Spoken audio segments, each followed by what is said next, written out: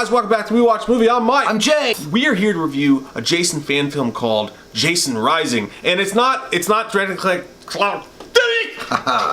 Yeah, go ahead. Pizza fork! Get it out.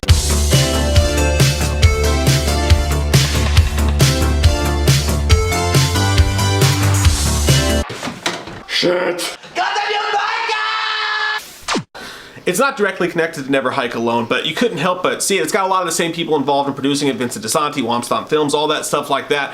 But this one deals with, it's another one of those ones that it could be a straight up Jason sequel, and whereas like, I'm pretty sure it takes place after Halloween 4. Yeah, Friday the 13th part. Yes, I'm rusty. It could take place after Halloween 4. Yeah, the final chapter. Yeah. They mentioned Tommy at the very beginning of the film. We're not going to give you any spoilers or anything like that, but there is direct tie-in to the final chapter, especially at the very beginning of the movie. They do mention Tommy and how that fucked that kid up, and you see them. Well, again, this is not spoiling anything. You see them burying Jason, and that's all I'm going to give you. Stop asking me. That's all I'm going to give you. You got to watch it yourself. It's free on YouTube. What the fuck are you waiting for? But here's the thing: when it goes from 0 to 60, real goddamn quick. Okay, I haven't seen a fucking cum shot like that since I had sex last night, and it was only 3 seconds.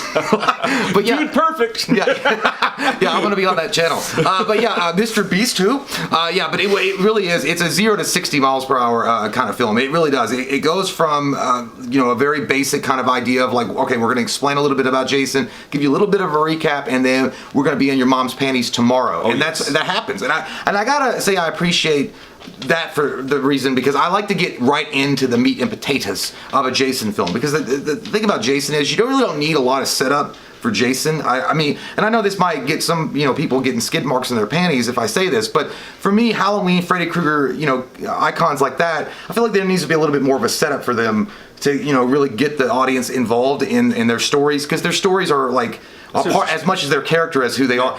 Jason's is just pure rage. He's a goddamn land shark, okay? He's like salsa shark. We're gonna need a bigger boat. Like, this motherfucker is a land shark, and you don't really need to set up. Just Ultimate Warrior, he's running down there and the music's playing and he's gonna fucking body slam Hulk Hogan and win. It feels like one of those Friday the 13th sequels that doesn't need to explain anything and just picks up where it left off, and we're in the middle of a Jason movie, we're at Camp Crystal, like, here we fucking go, bing, bing, turkey's done. They are. This to me is and I don't say this in a negative way, so don't take it the wrong way, but... I took it the wrong way, God damn it! Shit. Everyone does! But... it is the wild, it's like the Never Hike Alone, it's like the stupid and wild Never Hike Alone. It's like the Girls Gone Wild version of Never Hike Alone, whereas it's, instead of being like very, very focused on what's going on, this is the movie, this is like a late sequel that tries some shit. They try some wild shit. They play around in the kitchen. They try some new fucking seasonings. They play around with the lore a little bit. They play around with the storyline. They do some wild and crazy kids shit with Jason, and you fucking love to see it. And they do it well. Like, some of the shots, some of the beautiful cinematography that's going on in this, some of the kills are wild. They really just fucking swing for the fences, Joe. I love it. And it's like going to a party and you're like, you know what, I'm only gonna have a few drinks, but then all of a sudden they invite the strippers over, they've got nipple tassels, and you're like, fuck it, I might have the keg tonight. That's what this movie's all about, nipple tassels and keg beer drinking. No, it's not really, but I know what you're saying. It's a good film. It really is a good flick, and it looks really good.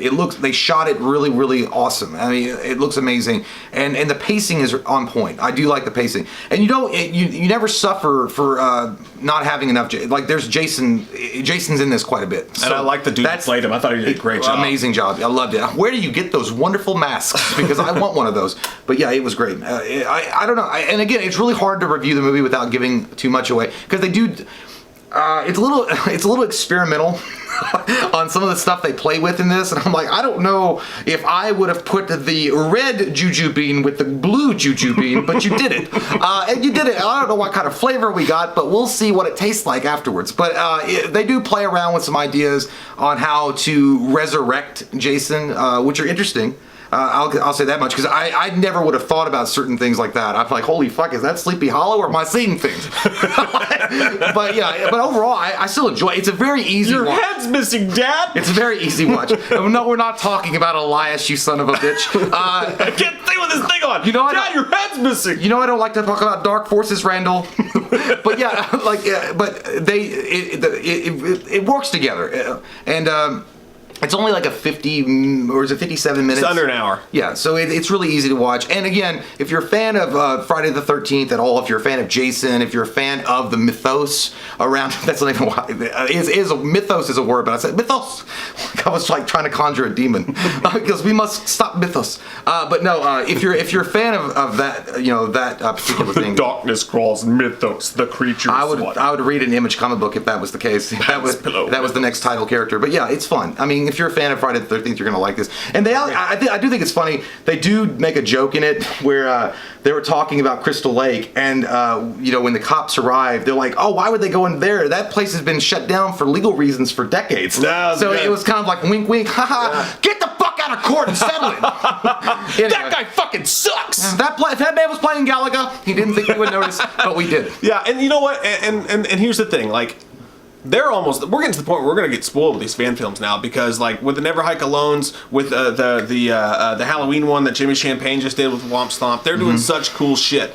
And you can watch these, and yeah, sure, you can watch them and you can go, okay, the acting here, some of the actors are really good, but sometimes you can be like, okay, you can tell it, like through some of the actors, you can tell it's a fan film, but there are moments, and when you're talking about this is a fan-funded film, like it's insane to look at like some of these moments where Jason pops out and you get a kill, and you get a gnarly fucking kill, or you get a shot with him in the moonlight, or you get some crazy shit happening, and you are literally like mouth agape going, how the fuck? This is not only as good enough to be on the big screen, but some of these kills and some of the stuff they're able to do and some of these shots they're able to make, it's literally better than some of the kills we've gotten on the big screen before. Yeah. And especially when you look back at the older films, some of these kills are literally some of the best kills in over the scope of all these amazing fan films, are better than the ones you got in the movie. If you did a top 10 kills and you include these fan films, several of these fan films kills would have made it in that list, and that's fucking wild to think about. And they're doing more for us than fucking the bullshit that's going on in Hollywood right now. They would put a red hot dildo right up your ass without lubrication, and they'd say, give me the money. They would give you the biggest piece of shit Friday the 13th film you could ever think of, and they would say, give me the money. These guys will say like, you know what, we're gonna do our best with the fan film. At the end of the day, it's gonna be good enough to fuck your mother. And that's what I'm talking, the passion, you can't replace the passion. And again, we never really judge anybody's acting performances in fan films, because the thing about it is, they are fan films, and these guys are literally doing this free of charge. So, I mean, Mike and I can't act for shit. I can't even act my way out of the bed. Do as good as even the worst person in this movie did. That's for sure. But overall, I mean, how great and lucky we are that we get to watch something like this, because I don't even know when the next time we're going to see Friday the 13th. 3. I would say Friday the 13th, the actual cinematic release. Next generation. Yeah, it'll be 2074. Definitely 2074, maybe 2075. The next time, because but in the meantime, we've got this great plethora. We'll be pooping in diapers by the time I'll be dead. But we have these great plethora of fan films to watch and enjoy. I heard what the fuck you said. Get a Tic Tac. Anyway, but that's what I'm talking about. I sucked your dick is what made my dick smell. I know. I had lemonade. It was people.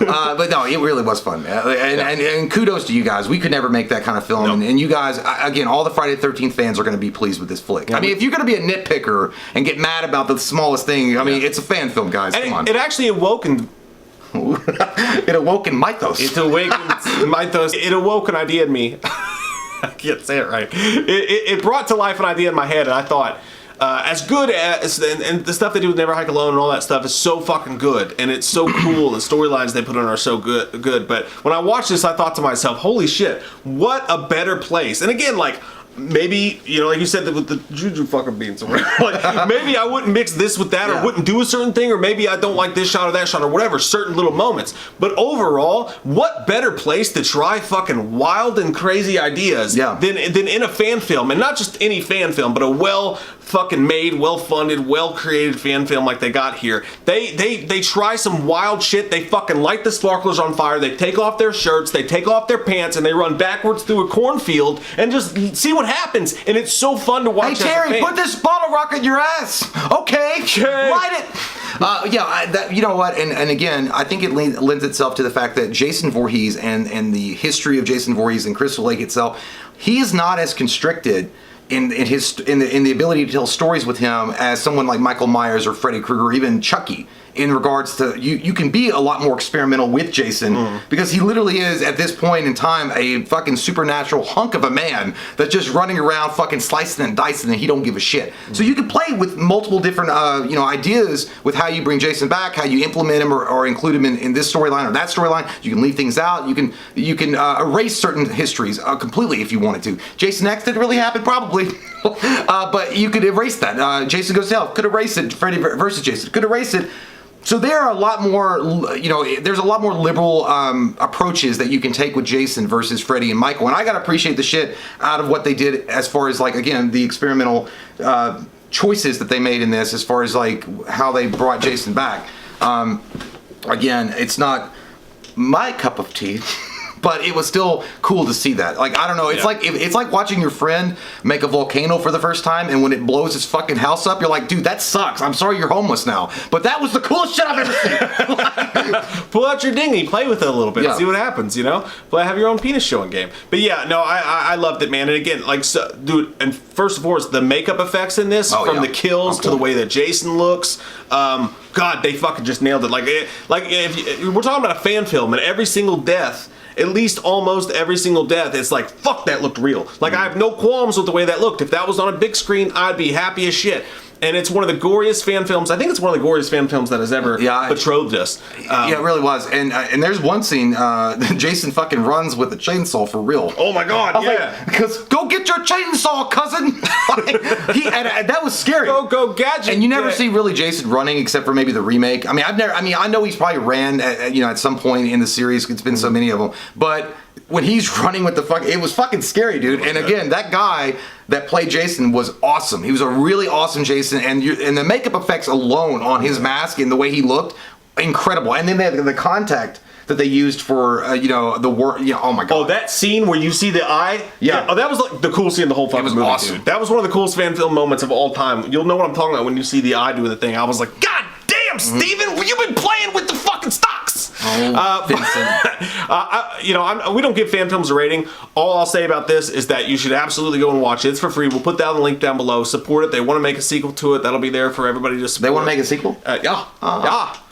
Well, we hope that we get invited to be a goddamn, DJ or something. You'll hear our intro music in one of the scenes if you pay close enough attention. Now, that comes off a royalty-free site, so I'm pretty sure they didn't do that on purpose because we're not that special. But if they did, that would be cool. They could lie to us and say they did. I would like that a lot. You know what? I'd probably scrap the whole film. Be like, hey, those assholes on YouTube, you kind of use the same music they've used. Like, oh, fuck it. We have to go back to draw. We have to go back to storyboard 1. I can't have them in that film. You're sticking it up, Joe. But yeah, hey guys, absolutely watch Jason Rising. It was a fucking treat to watch, and Friday the 13th fans will enjoy it. Even if you don't love every single thing about it, you gotta sit back and go, I'm watching a fan film for free that looks like it should be up on the big screen. Goddamn, what a time to be alive. Woo-wee. Love your fucking face. Go have an Arnold Palmer. What the fuck are you talking about, asshole? Mom, the meatloaf.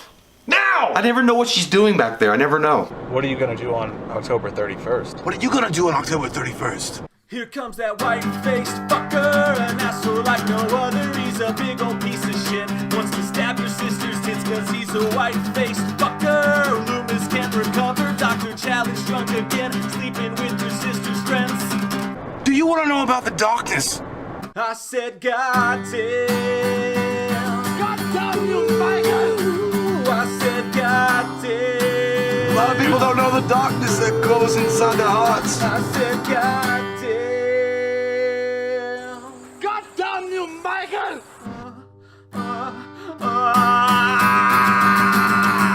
What are you gonna do on October 31st?